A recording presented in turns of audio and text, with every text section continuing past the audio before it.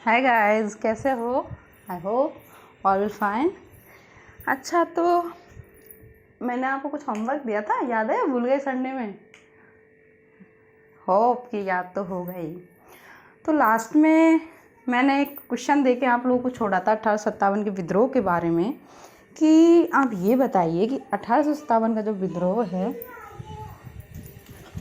उसे हम आखिर में 1857 का विद्रोह माने या कुछ और था। मतलब आप लोगों का मुझे ओपिनियन जानना था इस बारे में। अब बात आती है कि विभिन्न मतों की हम समीक्षा कर चुके थे, असफलता के कारण भी जान चुके थे तात्कालिक रूप से, ठीक है। लेकिन दीर्घकालिक रूप से मैं बता चुकी थी कि इसे असफल हम नहीं कह सकते। क्यों नहीं कह सकते? क्योंकि किसी भी घटना के तात्कालिक प्रभाव के आधार पर उसके दूरगामी प्रभावों को हम दरकिनार नहीं कर सकते। इसलिए हम ये नहीं कहेंगे कि 1857 का विद्रोह दूरगामी रूप में असफल था, केवल तात्कालिक रूप में ही इसे हम असफल कहेंगे। तो जनरली मेरा ये क्वेश्चन था। तो अब हम ये देखते हैं कि जनरली हम ये नहीं कह सकते कि 1857 का विद्रोह एक राष्ट्रीय विद्रोह था। मैं ये पूछना चाहती थी कि आप लोगों का मत क्या है उसको राष्ट्रीय और नहीं मानने में और मानने में। तो राष्ट्रीय इसलिए नहीं मान सकते क्योंकि बच्चों में पहले भी बता चुकी थी, राष्ट्रीयता की अवधारणा 19वीं सदी की देन है। आगे जाके, ठीक है, जैसे स्वतंत्रता संग्राम के जो महत्वपूर्ण आंदोलन होंगे तब जाके, यानी यहाँ के बाद राष्ट्रीयता की अवधारणा आएगी। लगभग 18वीं शताब्दी का उत्तरार्ध, 19वीं सदी का पूर्वार्ध, वहाँ जाके राष्ट्रीयता की नवीन अवधारणा हम देखेंगे। अभी यहाँ पे राष्ट्रीयता की भावना नहीं है या बीज रूप में है राष्ट्रीयता। लोगों में सिर्फ इतनी सी समझ जरूर है कि उनका ये कोई कॉमन दुश्मन है, और वो भी पूरी तरीके से नहीं, क्योंकि यहाँ पे भी हित सबके अलग अलग थे। सभी के हित यहाँ पे अलग अलग थे। इसी वजह से ही आप देखिए कि सब लोगों के जो उद्देश्य थे वो एक जैसे नहीं थे। कॉमन उद्देश्य एक ये ज़रूर था कि उनका एक कॉमन विदेशी शत्रु जैसे बाहर निकालना है।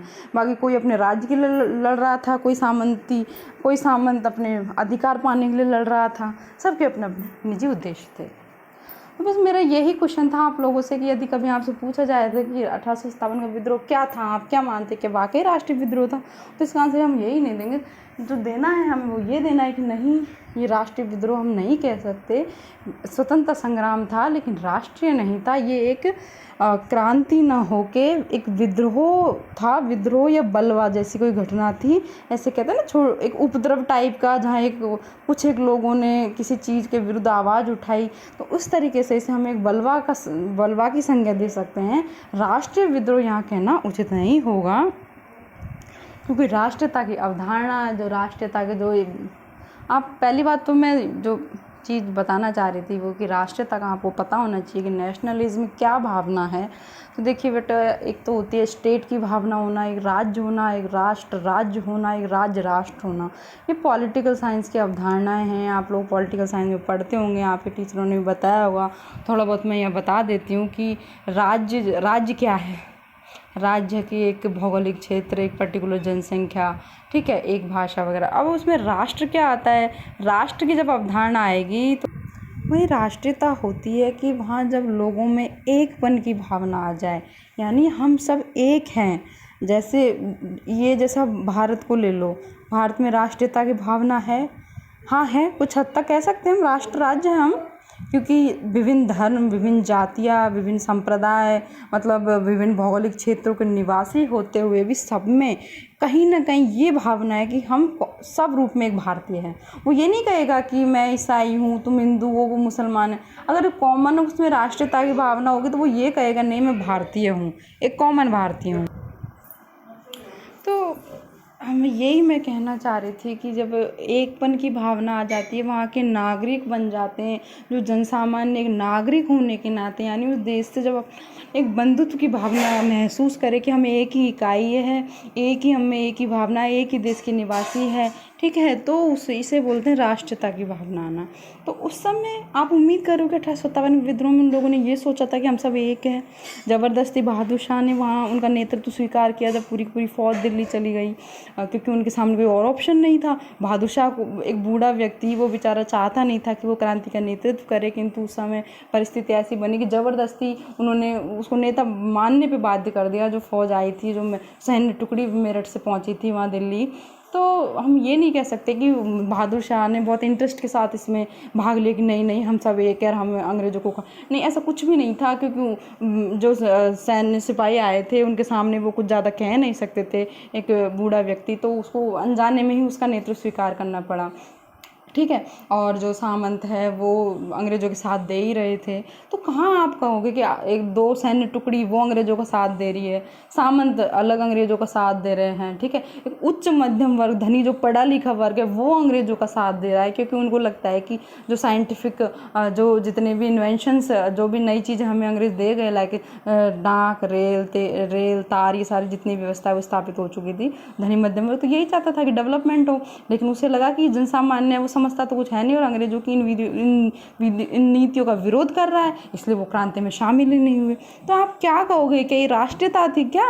राष्ट्रीयता नहीं हो सकती जिसमें एक वर्ग अलग जा रहा है, दूसरा वर्ग अलग जा रहा है, तीसरा वर्ग अलग जा रहा है, सबने चारों दिशाएं ग्रहण कर रखी है। राष्ट्रीयता वो होती है जो एक समान मुद्दे पे समान दृष्टिकोण रखते हुए एक ही धारा में चले, जिसे हम कहेंगे गांधी के आंदोलन में देखना बच्चों, आपकी पूरा का पूरा जन समूह उसके कहे अनुसार उसके उद्देश्यों के लिए अपनी जान तक की बाजी लगा देते हैं। आप नमक सत्याग्रह में देखिए 78 अनुयायी और पूरे जितने भी वो लोग जहाँ से भी आए थे, सारे गांव के गांव उनके पीछे पीछे हो लिए, क्योंकि वहाँ एक कॉमन उद्देश्य था। तब तक वो समझ चुके थे कि हमारे उद्देश्य एक है, हमारा शत्रु भी एक है और ये हमें शोषण कर रहा है हमारा, और हमें इससे मुक्ति पानी है। तो उसे हम बोलेंगे राष्ट्रीयता। अब मैं आपको लोगों को, मुझे लगता है समझ में आ चुका है दोनों में अंतर, कि एक तो 1920 और 30 के आंदोलन में देखना आपके वहाँ जनसमूह कैसे रिएक्ट करता है, एक 1857 का विद्रोह जिसमें जनसमूह कैसे रिएक्ट कर रहा है। सब लड़ रहे हैं लेकिन अपने अपने हितों के लिए अलग अलग दिशाओं से एकजुट होकर नहीं है, इनमें सामंजस्य भी नहीं है, इनमें इनकी कोई प्लानिंग भी नहीं थी। प्लानिंग ऐसी थी कि क्रांति पहले ही शून्य जो थी 31 मई को, मार्च में प्रारंभ हो जाती है कारतूस वाली घटना से। तो क्या हुआ, उनमें तो कोई एक नेता ही नहीं था जो प्लानिंग कर रहा है, उसके अनुसार देश चल रहा है, नहीं उसके अनुसार कोई भी नहीं चल रहा। जैसे गांधी बाद में एक प्लानिंग करते हैं, उसके तहत पहले से हर चीज़ को अपने हिसाब से चलाते थे, ऐसा कोई सर्वमान्य नेता भी इस क्रांति का यहाँ नहीं है। तो मैं समझ चुकी हूँ। अब आप बताओ, आप खुद सोच चुके हैं वाकई में क्या एक राष्ट्रीय विद्रोह था ये? तो आप खुद समझ पाएंगे कि नहीं, हम 1857 के विद्रोह को राष्ट्रीय विद्रोह या कह सकते हैं कि नेशनलिज्म की भावना से ओतप्रोत राष्ट्रीय विद्रोह तो कतई नहीं कह सकते। यदि इसके बारे में आपसे कभी भी कुछ पूछा जाए तो आप लोगों का जो आंसर होना चाहिए वो यही होगा कि ये एक उपद्रव था, एक बलवा था, एक ऐसी घटना थी जिसमें भारतीय जनमानस का असंतोष फूटा और उन्होंने एक उनके जो सामान्य सबका जो मिला जुला एक शत्रु था विदेशी शासन, उसको उखाड़ फेंकने का प्रयास भर था। किंतु यदि बात करें कि इसका दीर्घकालिक प्रभाव क्या था, तो बच्चों हमेशा ध्यान रखना 1857 एक लैंडमार्क था इंडियन हिस्ट्री में, जिसने उस स्वतंत्रता आंदोलन को गति दी, आगे दिशा दी और इवन जो बाद के आंदोलन उसके लिए प्रेरणा स्रोत भी बना। ठीक है, तो मैं जो समझाना चाह रही हूँ आई थिंक आप लोग समझ चुके हैं। तो ये जो होमवर्क था, अगर आप लोग इस पॉइंट तक पहुँच चुके थे तो बहुत अच्छा है, I am proud of you. और नहीं है तो इस पॉइंट को समझ लीजिए, मैं बता चुकी हूँ कि 1857 का विद्रोह क्या चीज़ थी, इसके बारे में जो पूछा जाता है वो सब। आई होप मैं समझा चुकी हूँ मेरा पॉइंट, और बच्चों आप लोग भी समझ चुके हो।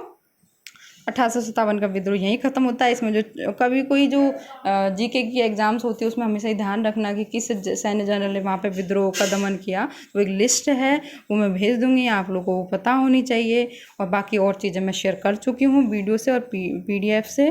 तो हाँ, मुझे लगता है धन्यवाद। 1857 का हमारा चैप्टर क्लोज। मैं पूरी अवधारणाएं समझा चुकी हूँ, सारी चीज़ें बता चुकी हूँ। धन्यवाद।